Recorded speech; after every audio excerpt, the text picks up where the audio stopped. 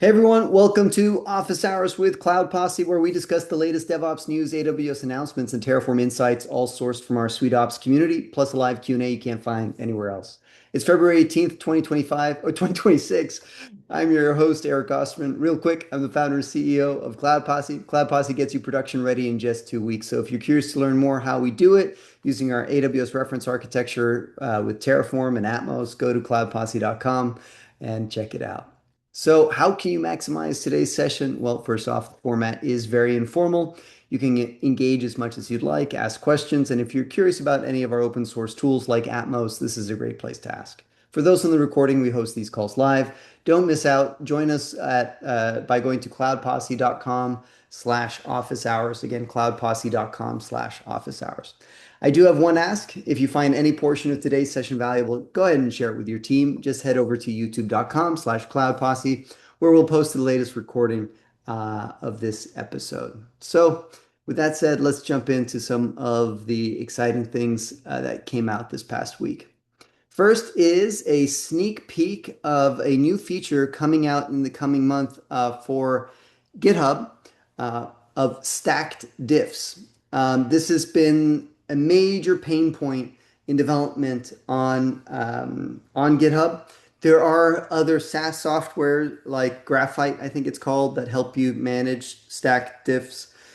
What a stacked diff is, or stacked pull requests, are basically where you can open a series of smaller pull requests that all merge into each other before merging into main. And it allows you to create smaller, more reviewable pull requests, speeds up test and iteration cycles, and it's generally just a best practice. One of the problems, though, is if you don't have stacked pull requests, is knowing the order in which pull requests need to merge. And there have been multiple, hacks with GitHub Actions and, like I mentioned, Graphite attempting to do it. So let me see if I can make this a little bigger. Previous power on the stack. We can come back to this PR. Sorry, I got so confused by who was talking. I didn't realize this was. Let me see here. How do I mute that? There we go. All right. So a few things to point out here. One is down here at the bottom, you see PRs merged earlier in this stack. You see a history of those pull requests. Let me start here, going back to the beginning. So the workflow is basically, you open your first pull request number 7. Then you create another change from that. And then you select the option, as you would normally, create a new branch, or, you don't have to use the GitHub UI for this. This is just showing you how that would work. And then there will be this checkbox that you can use to associate it with PR number 7. So this PR is now stacked off of that other pull request. And then there will be a option at one point where you can actually merge the entire stack.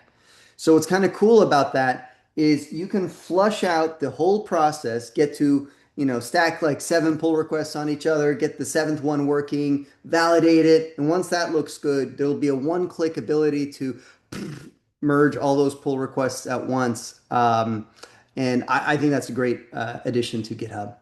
Also, because if you've been using Copilot, often when you ask it to make changes, it's stacking those changes in another pull request, and it's really annoying without stacked pull requests when it does that.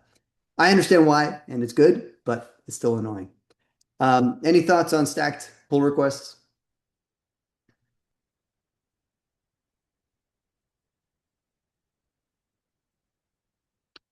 All right.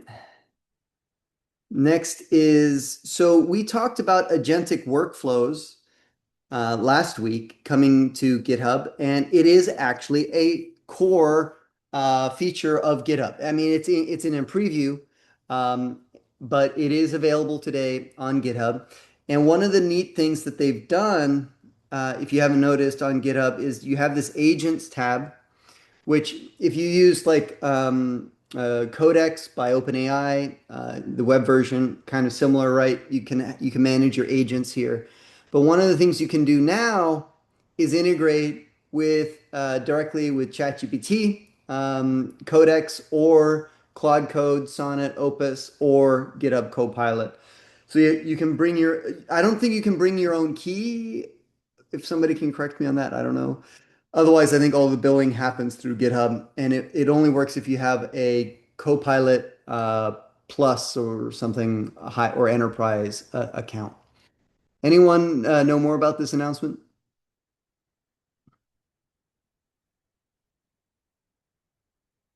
Personally, I really welcome it. I think the agents tab is cool. What's been holding me back is not having access to Claude Code here, which is what we're predominantly focused on. That's where all our skills are, all our agent, sub-agent definitions are there. So being able to use Claude Code with this is interesting. I'm also curious, how well it works in an open source project. Let's see what else. Yeah, coming to go near you. So with 1.26, they've improved the go fix command so that it will clean up parts of your Go code base. We're going to give it a shot in upcoming release of Atmos and see how it goes.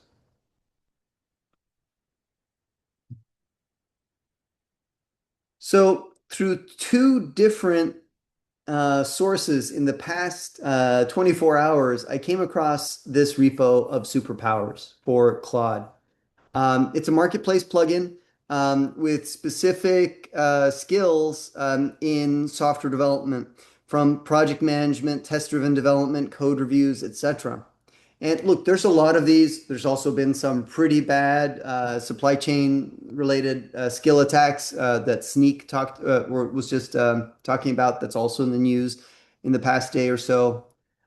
This one, I believe, is fully vetted, and it was just also promoted in Pulumi's newsletter on agentic programming with IAC. Another friend of mine, Noel Jackson, working on a music app called Sonica, was telling me about this yesterday. He's been using this with his agentic workflows, and it's been a game changer for him. So I haven't tried it out myself yet, but I am really interested in it. I've been using a lot. I've been using like the Anthropic marketplace skills that they have for like NDA review, and I forget what the other one was I was using, but those are pretty good. Also, I came across another one that's really popular for SEO optimization. So I think these are gold mines when you find the ones that you like. Anybody using Superpowers by OBRA?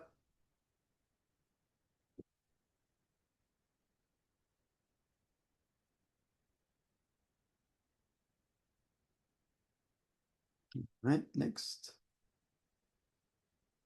Yeah. So as I was preparing for office hours, my friends who know I'm playing with OpenClaw all just messaged me. Did you see Anthropic just banned officially using the your free pro or max accounts, which have flat rate monthly billing, and using the OAuth tokens with that for any system other than Claude Code itself, basically. So previously, while you could use the setup token command to get a token and use it with OpenClaw, and that probably will continue to work, it is now expressly against their terms of service, and I'm sure they're going to start cracking down on that more aggressively. So time to switch your OpenClaw to an API key with Claude Code, or to switch to another provider, Kimi or Chat or OpenAI as ChatGPT 5.2, etc. Which is actually pretty easy. If you've already set up your backup providers in OpenClaw, like I had, you can just tell it, hey, switch your primary provider to ChatGPT 5.2, and 20 seconds later, okay, all set up. So not a big deal. Anyways, any thoughts on this one? I think Anthropic really what's it blew it on this one. They had the opportunity to make good with Peter Steinberger.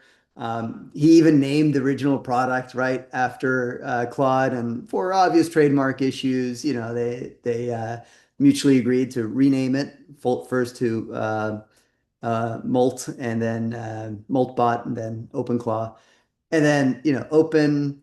Claw, OpenAI, and that. Well, I guess that was the other announcement I forgot to add. If you haven't heard, yeah, Steven Steinberger or Peter Steinberger, I forget, um, accepted an offer with OpenAI. So while the project OpenClaw will remain fully open source in its own nonprofit organization, um, Steinberger is moving over to OpenAI and will be involved there and has the token resources and the financial backing of OpenAI to progress that project.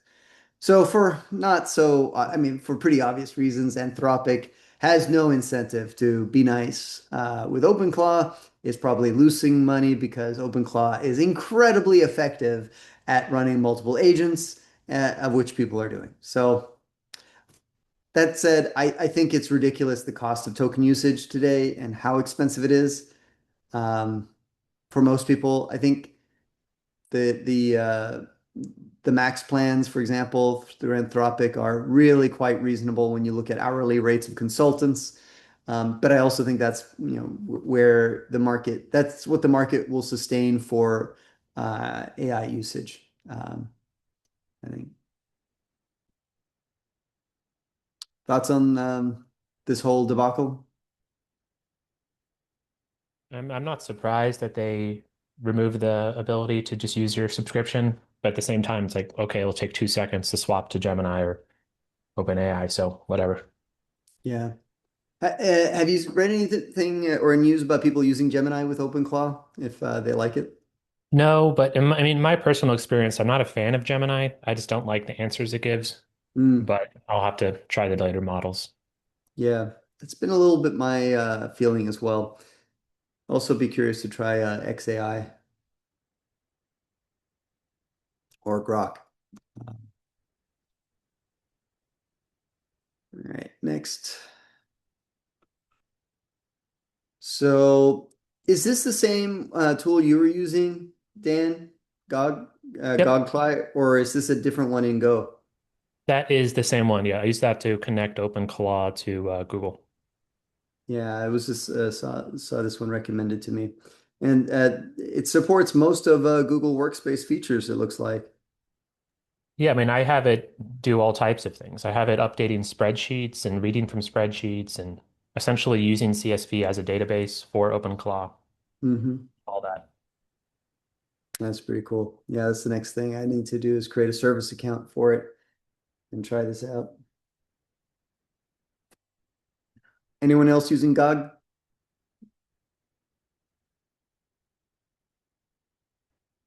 All right.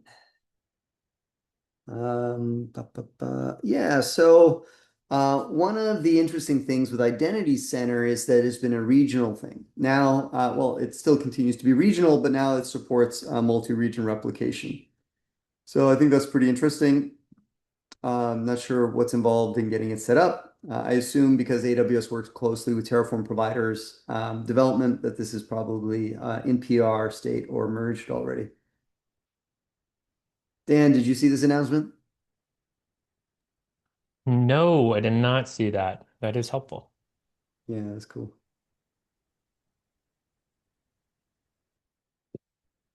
All right. And there is, oops, I linked to the wrong thing there. Um, Kubernetes, what was it? Readiness, operate, node readiness.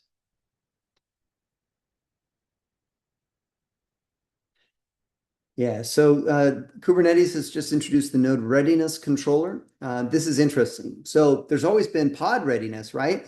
It has to pass a certain number of health checks before it starts receiving actual traffic.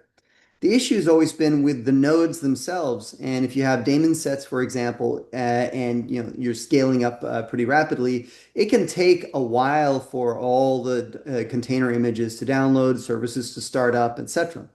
You might have requirements, for example, for certain kinds of scanning processes to sit in the background for compliance reasons or observability and so forth. Maybe log forwarding.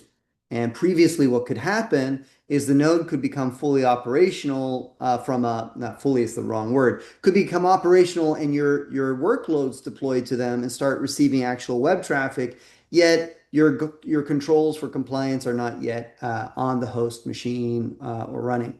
Obviously, there were workarounds to this. You can build that into the base AMI, set it up to start earlier in the boot up process, etc. This is nice though because this is a Kubernetes native way of ensuring certain services are running before a node is schedulable by the rest of the pods in your deployment. So that's the node readiness controller. And let's see. And last thing is just a report. There's a 0-day Chrome CVE. Ah, man, I still linked to the wrong thing. New process here. 0-day CVE came out for Chrome, actively being exploited. That gives remote attackers the ability to execute arbitrary code inside of the HTML sandbox. So pretty bad. That's all I got. Let's check the chat. Nothing there. All right. Anyone got something interesting this week that caught their attention?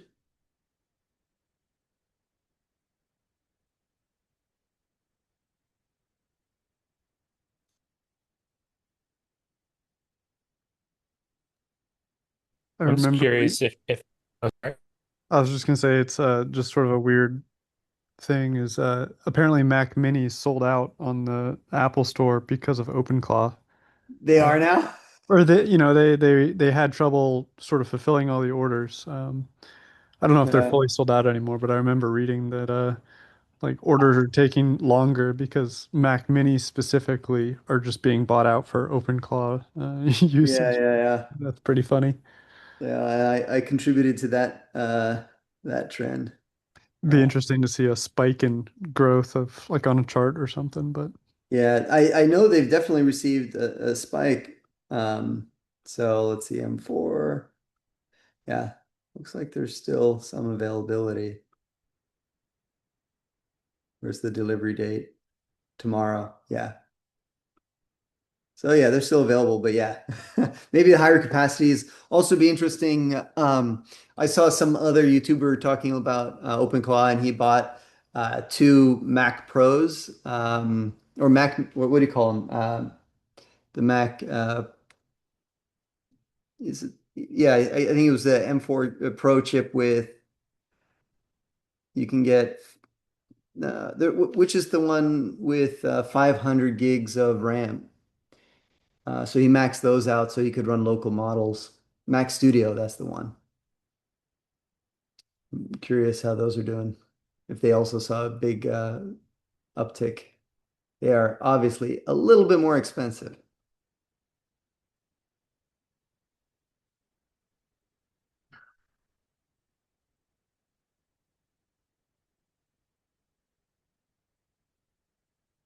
Hmm. All right. Well, any other interesting things?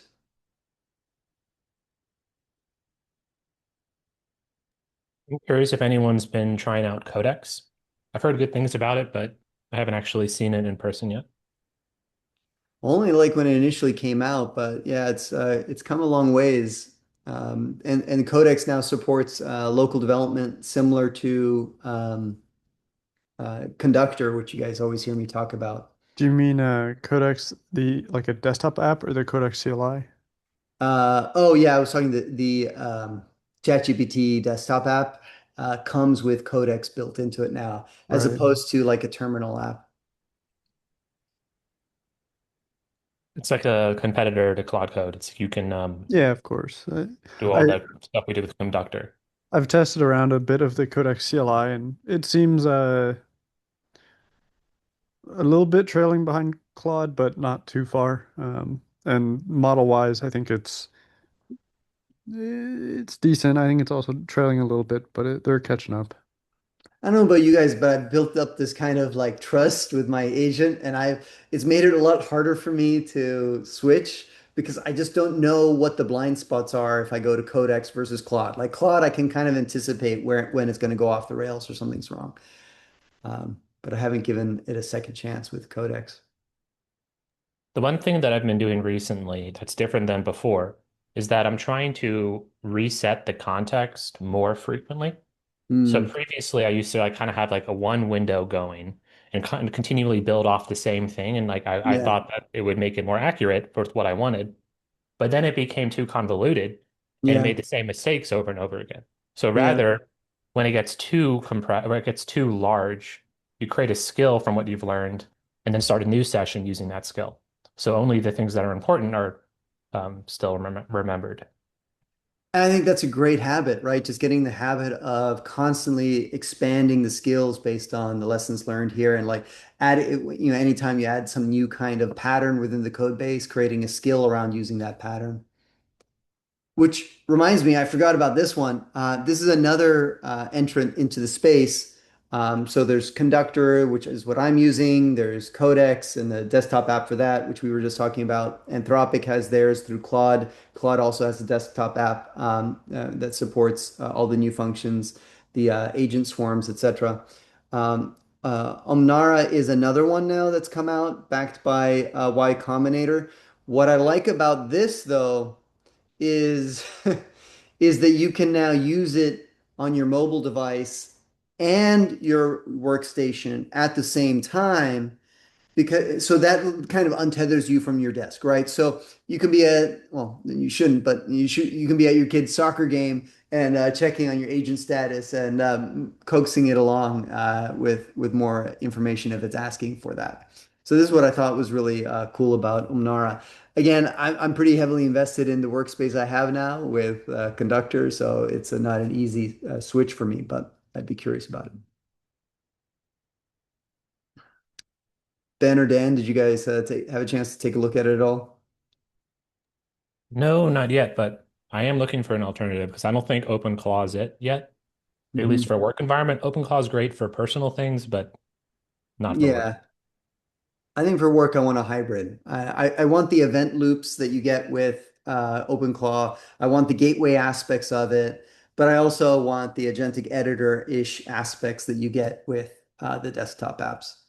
Um, Strictly living inside of Discord or Slack isn't my ideal.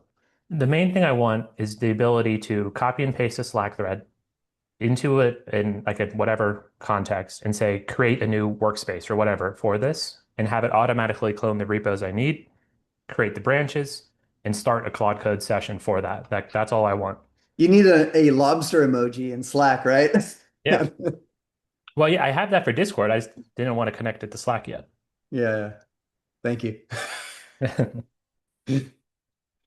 right. All right. Any other interesting things this past week? We can also switch over to Q&A. I put two things in the chat. Just going back to the Oh. announcement about the Identity Center Oh, multi-region replication.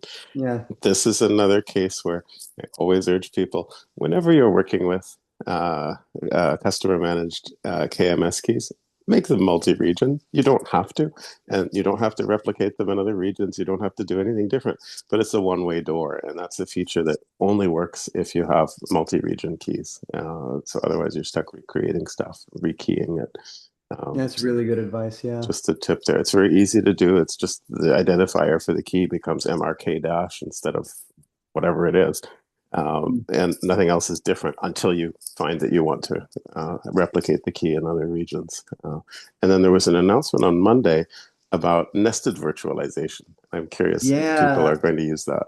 I knew there was one thing I forgot to talk about. So thank you for pointing that one out. So that was really that's an interesting one.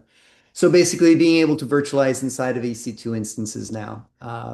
And you can then uh, do better sandboxing basically on EC2 without relying on other hacks.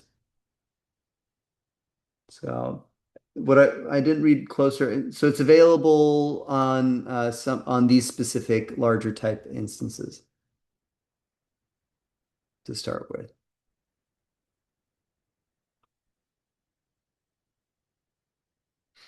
Previously, I think you had to use bare metal instances, right, to achieve this. Exactly. Yeah.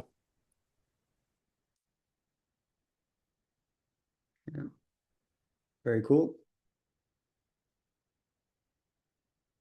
What have you been working on this week, Paul? I think you got me confused with Hey, Echo, stop. I'm just working on a bunch of updates to these updates that I've been meaning to make to my open source projects, some least privilege improvements, and I have my AWS backup project that has a big set of updates coming.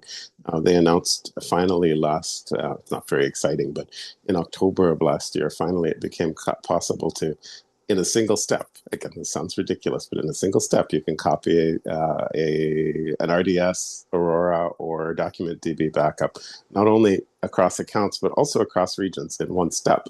And that seems like such an obvious thing, but those APIs all go back to the 2013, 2014 era before even multiple accounts were very common.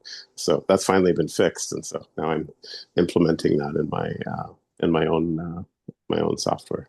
Do you have a project for that that's open source? Yeah, I do. It's called What's your AWS GitHub? Backup Events, SQL Expert with no e in front of expert. I'll post it.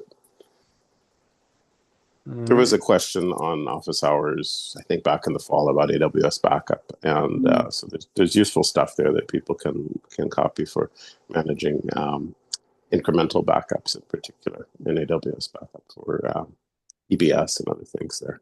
I'll post it. So is this deployed basically as a Lambda or is this a CLI?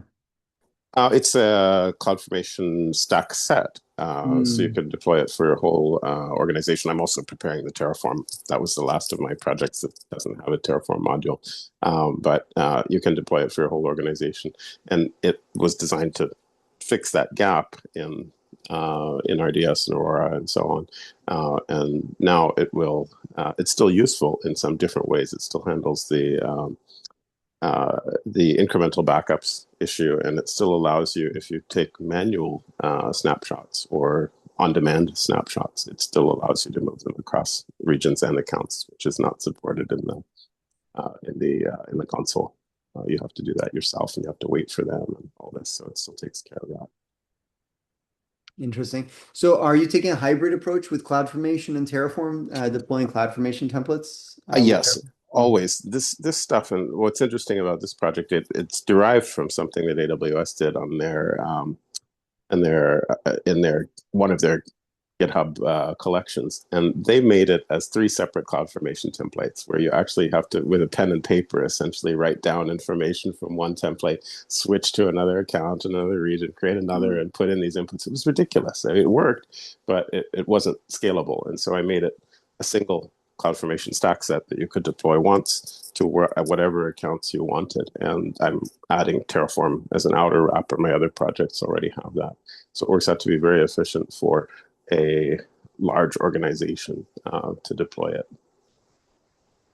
That's cool. Any other interesting things you got going on here? That's about it. That's exciting for me. I'm always obsessed with permissions and with keeping up with new features and removing. It's all about removing code and removing stuff and making it simpler. So that excites me. But what about other people? What are other folks working on? Mike, anything going on with you?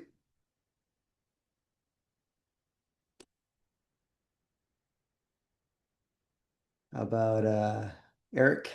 Eric Skaggs? No, just updating our EKS still to 135 and Carpenter stuff. Yeah.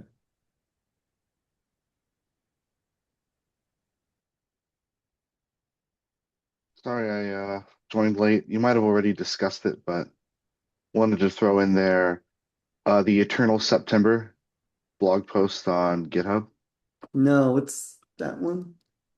Did you post it in the chat? Oh yeah, I put it in the Zoom chat.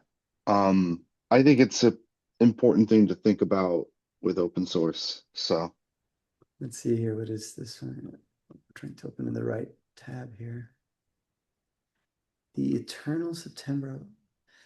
So I don't know what is this a reference to? Eternal It September. it's an old thing. I don't know how much you were, used to university life.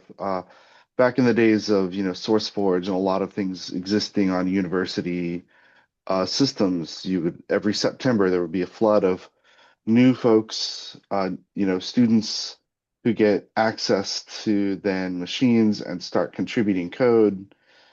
And this whole notion of hey, let's onboard all these new students who don't know how to do open source because this is their Yeah. very first chance to even do it. And it was a thing that would happen in September, and then everybody would figure out, okay, this is how you contribute, and then would all chill out for a while until September next year, and then you have a whole bunch more students that you had to, sort of help them figure out how to contribute to the Linux kernel and stuff like that. Yeah. So it's just on that conversation, September never stopped when, we got to GitHub, right? There's always somebody new signing up to GitHub for the first time. And now it's just all of that on steroids because people can just go and ask, CloudBot or whatever to just, hey, sign up for GitHub and make this fix. Yeah. It's just Yeah. And they even gotten into encourage it crazy. now. Like, you can create the issue and then it's like, do you want to dispatch Copilot to fix this for you? So, Yeah. Um, I I'm hoping that more tools are going to be sensitive to this. yeah. To the point that I would hope that you can just in your repo mark that, hey, I don't accept automatic contributions. Please make sure that Human uses the pull request form and reads my, actual pull request template and all this other stuff. Um, Yeah. but yeah, I don't think that we're there. And Were you here last week when we talked about Vouch, which was Mitchell Hashimoto's new project? yeah, and I was reading more about that. I mean, it's not a new concept, and when you start to think about what they discuss here with mailing lists and stuff like that. But Hmm. um, I myself got more familiar with this when I was contributing to GIMP way back when, which for those who don't know is the new manipulation program. I think is what that's an acronym Basically, the for. open source version of Photoshop. Yeah, and let me tell you, one does not just simply contribute to, to that code. So I recall just like all the process around really somebody to vouch for you in the mail list was very important to get a contribution into there. I think it's probably changed by now, but that was back in 2004. Um, but yeah, I think the vouch system works from what I'm reading, but I don't think it works for everybody. So it's an interesting problem we're faced with now. Gotcha. I could have sworn it was possible to disable pull requests before. Was it only possible to disable issues before, not pull requests? I feel like that was at some point in GitHub's history a thing, but I'm pretty sure now it is. Uh, yeah, they say that that's features that we've already shipped. So Well, yeah, but this was just new. So on February 13th, just before Valentine's Day, they announced the ability to limit per repo pull request settings. So that makes sense. yeah, I guess that's why I saw a bunch of posts or thought pieces come out around that time saying just because you open source, just because somebody open sources it doesn't mean they have to accept your pull requests. And I guess that was related to that. yes, yeah, and that was originally how things flowed with email, right? Yeah. Oh, this is nice. You can now pin comments on issues. So in long conversations on issues, you can Oh, now, that's really yeah, helpful. yeah. I didn't even read that part. But it seems to me there are a lot of landmines here with um, indemnification also, and with making sure that automatically generated source code doesn't poison an open source repository that one person or some people are maintaining as volunteers and who don't have a legal team. to defend themselves. I mean, I worry about that issue even in terms of the covenants that we sign with our employers, that our employers own most of our intellectual property, even stuff we do at night and on weekends. And if we disagree with that, we have to fight that ourselves. The burden is usually on us. And so even there, and those are contributions that humans make, and with good intentions. But I would be very wary of automated contributions that turn out really to, use parts of other people's work that I models mean, were all trained of this on. stuff becomes pretty scary when you look at just like the pure legal implications and not having Yeah. CLAs and all that. Like In imagine the having a license dispute and the other person is not just a person but an organization, and their AI bot is like saying, "Hey, all this code over here looks like you have the wrong license here." And yeah, yeah, if you're just Joe Schmo, no legal team, it's kind of scary. yeah. And so I liken that September idea, the September signups, to also a pattern that I see when I look at people's GitHub contributions. They tend to drop off when people accept new employment. I wonder whether that's because people are busy all of a sudden, or whether it's also because people have read their employment agreements and they realize that, if they keep contributing, the ownership of what they're doing from that point on is ambiguous. And I think it could be a combination of both, but I see that pattern whenever I look. There's a big drop off that corresponds to the periods of employment in people's resumes. Oh, I didn't quite follow, but now I follow you. Yeah. Like when you look at the commit history, there'll be like a window when they get a new job, kind of. Yeah. Exactly. Yeah. Yeah. It's also sad because, well, then they have to start using like their GitHub Enterprise username. They lose attribution to their own GitHub username, etc. Which now I understand a lot more why a lot of enterprises do that. They don't let you bring your own GitHub handle so that the contributions stay with them in a organization managed GitHub username. I can say that if I were ever in the position of deciding on, this is not so much an employee benefit as a potential reward. I think it's something very motivational. If you're hiring developers, you want to encourage them to continue creating for fun and on the weekends and at night. And one way to do that is by giving them unambiguous ownership of what they make at those times. And GitHub, interestingly, used to have that. They called it, I forget the name of it. They had a special license agreement that they signed. Still, they have a repo for it. I'll post it next week. A fair intellectual property, like employee intellectual property agreement. This seems to me like that's a free, really essentially a free motivator. And if I'm hiring developers, I want them to like developing, and I don't want to discourage that. Yeah. That'll be interesting if you can find that link.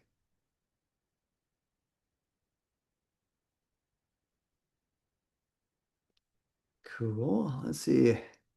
Anyone else have something to share that they've been working on? That's interesting for everyone.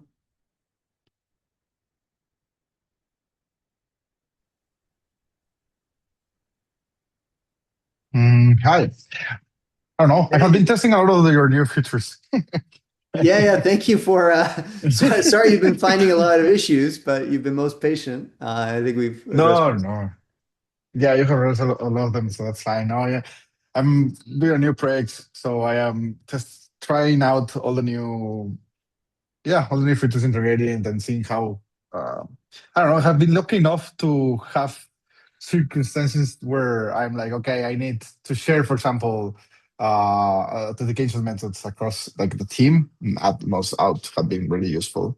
But I Yeah. also use a lot of custom commands and whatnot, so that's why I have been like, oh well, let's keep it inside Atmos and see if we can resolve this with this feature or whatever. So yeah, I feel sorry that I haven't contributed. Been really busy these past days. So, Oh, no. I mean, but honestly, even just finding those issues and reporting them as thoroughly as you are when you do, that's helpful for us as maintainers because it gets us something we can reproduce and, fix it. So even if it's not contributing code, just validating and giving feedback is valuable. no, thanks to that. Yeah. So other than that, yeah, I'm trying out new clouds providers, IBMs. So someone has played around with that. Be helpful. Interesting. IBM is a pain. as of now Yeah, yeah, for yeah. me. Yeah, and we don't have Atmos auth yet for anything IBM there, but I noticed, if but I if saw you the provider and it's just an API key. So at the moment, actually, I'm using Atmos Store. That's also Mhm. why I found an issue there. Well, an issue of future because, but I'm using the store to get the API key. But yeah, I don't know. They have a funny system of application. They have the old one, so there's one API key, or you can use like an old API key plus a username, which is still weird. Um, Once I figure out, I could probably contribute at least on the authentication method for it. That would be cool. You did remind me that we have some interesting things coming out that will be really good for people like you who are helping us test and validate a lot of things in Atmos. Oh.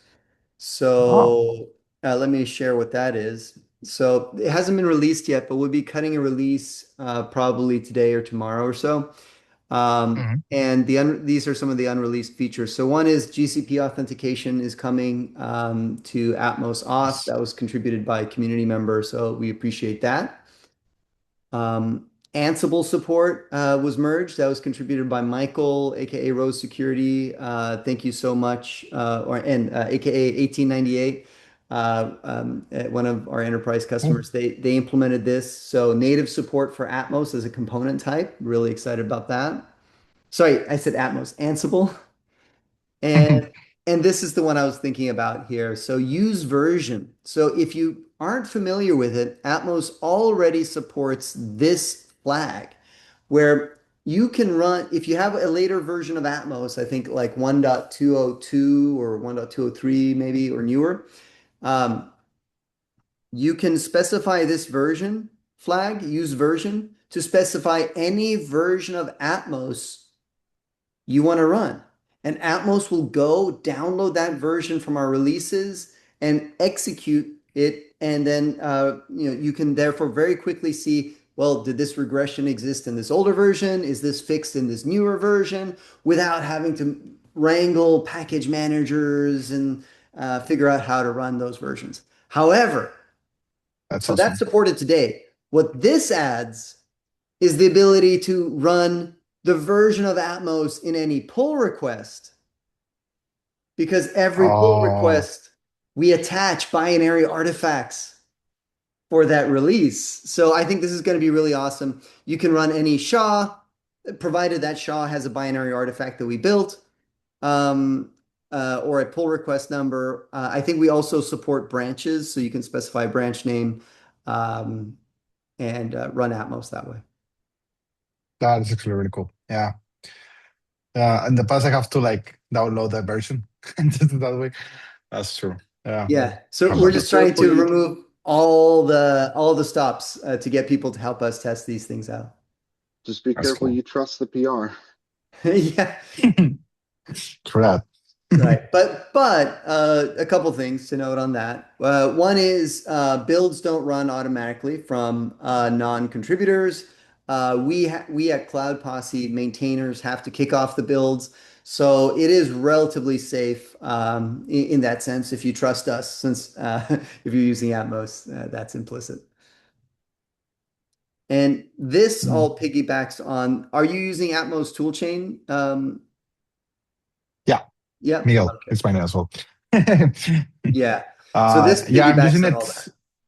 I still use, I will be honest, TM and Toolchain because I'm just migrating it. I started using Toolchain because a new member uh, didn't have anything installed. So I'm like, okay, let's try this. It's cool. Sometimes it's like, I don't know, they don't get along too well, but it's fine. Because of Toolchain, it's actually like a path. Like you can just use the path like tools or whatever. It's actually doesn't happen anymore. Yeah, and the That's other cool. thing is, if you want to use Toolchain in your shell, you can do that too. I added that. Okay. I had an issue with that. Funny enough, when there's not Atmos in it, I only modify the script so to check like if there's an Atmos YAML file in it. Hmm. Because if it is not, it will try it even to run Atmos to check env and it will error out like, hey, there's nothing there. Mm. So Well, like that it that doesn't find it. Yeah. That's an interesting feedback. Maybe we should extend it with a flag to make that not an error, for example. Yeah, for now, I just on my shell script, I just added like a if, like a check for the Atmos YAML file, basically. Uh, it's not a big issue, and at that point, I was like 3 issues in. I was now this one. I will hold on this one. so, so yeah, Fair enough. Fair but enough. Did you know with Atmos Auth, or do you use AWS? I do. I use AWS and IBM at the moment. Yeah, did you know that now we support ECR credential or like Docker integration? So when you authenticate Oh with, yeah, okay. I love that. I also found an issue with that one actually. So when you run it, like if you have it as the default authentication and you have the integration for ECR as default, Yeah, and you run Atmos, it will actually log in like 5 times in a row, and you will see the really? log, like login ECR, Uh-oh. login ECR, login ECR, Hey and then Ben, yeah, we got the guy you can blame right here. Hey Ben, did you get that? We should probably add an issue to look into that. Yeah, can you repeat that or So you maybe that noticed, yeah, yeah. So it was logging in about 5 times in a row to ECR when he enabled that setting. yeah. When I do like a plan or apply, like a normal Atmos, I don't know, TF apply component stack, it do the logs log in like Mhm. 5 times. I tested this with 2 computers actually, so I Mhm. know it's consistent. Yeah. I disabled it because of that reason. So I was like, I would just enable it when I need it. But yeah. Okay. Cool. Anyone else have something interesting to share or problems they're grappling with or AWS problems, Terraform problems?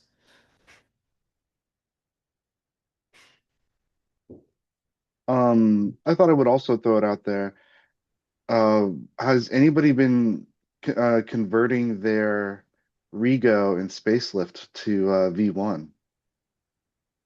No, like So it V1? was so it's been recently, I guess, more on my radar because the Spacelift provider started supporting Rego V1 recently. I want to say like Mm, 4 or 5 months ago. They added it to this to the Terraform provider for stacks. So I've been slowly converting things over, and I was just curious if folks thought it was a good move. It feels like there was more cosmetic pieces to it, but um, it's it's been an interesting thing. I would recommend if folks haven't started to start early. Um, they didn't write something like a migration tool that just rewrites the Rego policies automatically for you? oh, I actually I don't know. They might have. I was just starting to do it because there was just some Rego policies I wanted to update for someone, and didn't know if that was on anybody's radar, but No, I mean, it's it's a good call out. Actually, Ben or Dan, if you guys could take a note of that, that's probably something we should. yeah, and they added a new parameter in the Terraform resource called in I think it's engine type or engine mode. I think it was in yeah. Um, so yeah, you just have to add that in Terraform and you're ready to start upgrading your policies. Mhm.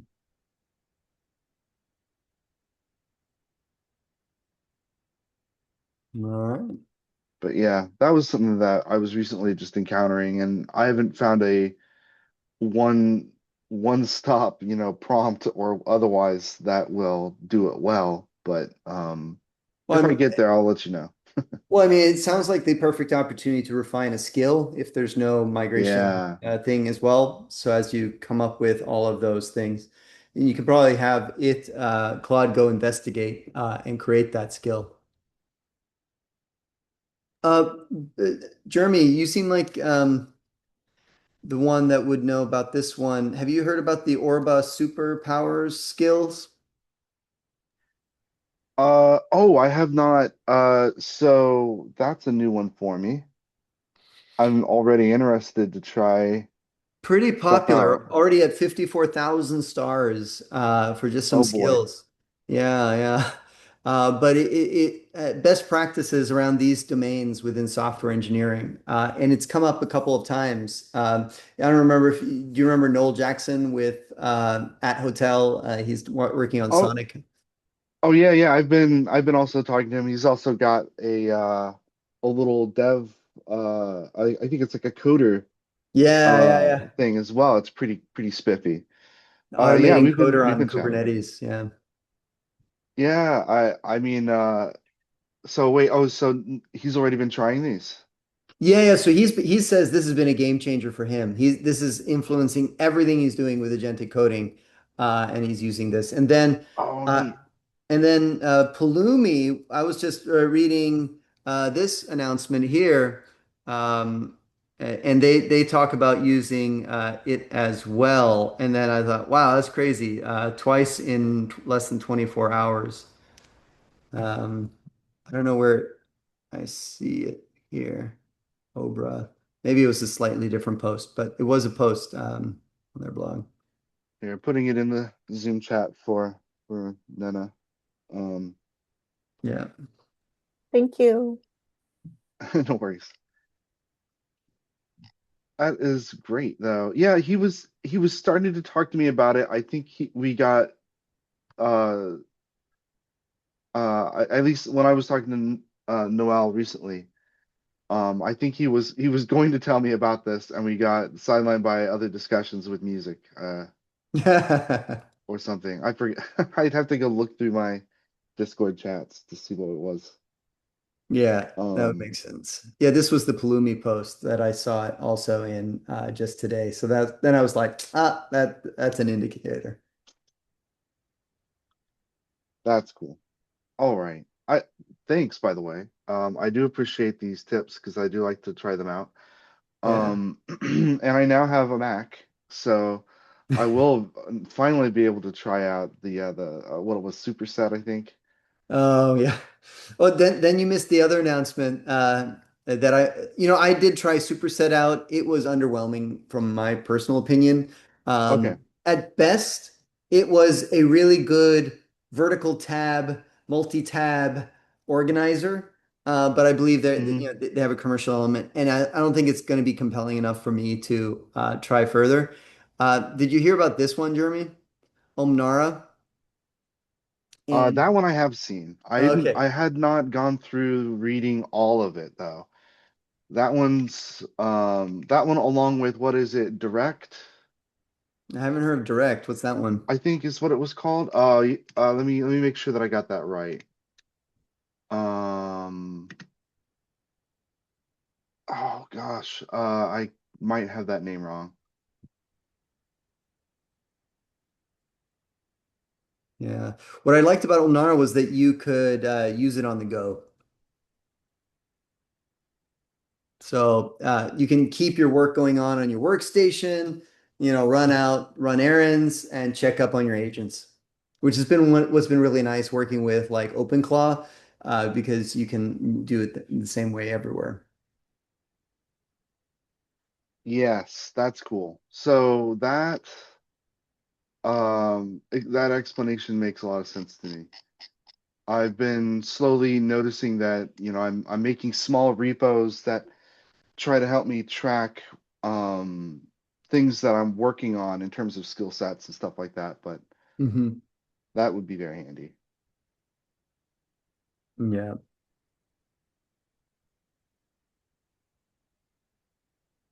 But I'd have to look and see if I can find where that other thing was. Um, Darn. Yeah. It was like a prompt history manager for your Git repo. Oh, yeah, yeah, that's the new one by and it's entire.io, Oh, right? Yeah. okay. Yeah, so that one, the more I've been reflecting on it, I really didn't understand it last week when we talked about on office hours. I forget who it was that kind of explained it, and then it kind of clicked for me, and I've been thinking about it. I mean, so what's interesting, Jeremy, to me about this one was that, you could achieve something similar to this using um, Git annotations or Git notes. And Yeah, I'm almost surprised that we're not using that today already. But this idea that you can kind of have a shadow repo that maintains all that context of everything that went in, all the research, all the context right. that went into it resonates more and more with me. Yeah, that's why I'm actually considering. That's why I brought it up because I did my own little research on it, and I kind of agree.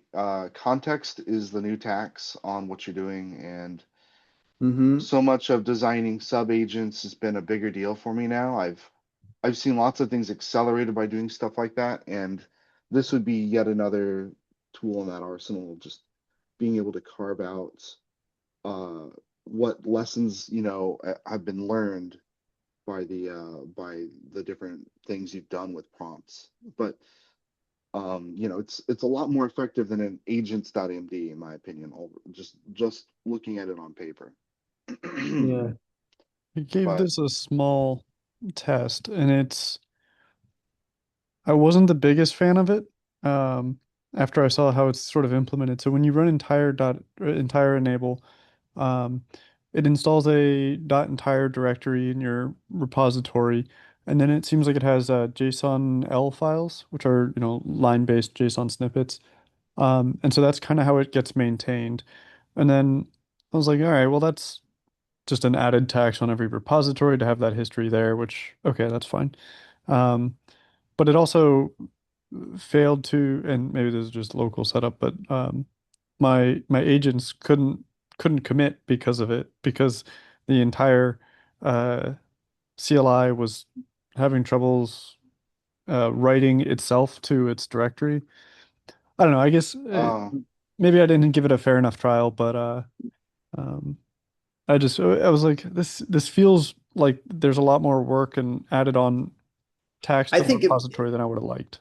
well, I mean, But I it's a can good understand, idea, I think. but actually I'm curious. Like I think it could be an interesting thing we try on Atmos, since there's so much context needed for that code base. Um, be interesting. yeah, that's a lot of what I've been working on. Oh yeah, we are close to time. Yeah, yeah. Well, this has been really interesting, everyone. Thank you so much for your time. I will be posting a recording of the session in just a few hours to our YouTube channel. We also have our podcast. I forget if I mentioned that at Cloud Posse, cloudposse.com/podcast. If you want to listen to this in audio form, you can listen to it Spotify, YouTube, Overcast, Apple Podcasts, however you listen to it. So that's another way to catch up on office hours. If you are leveraging Cloud Posse's open source and your team needs some acceleration or expedited bug fixes or support, we do provide commercial support for companies. Go to cloudposse.com/support to learn more about that. Our community is at cloudposse.com/Slack.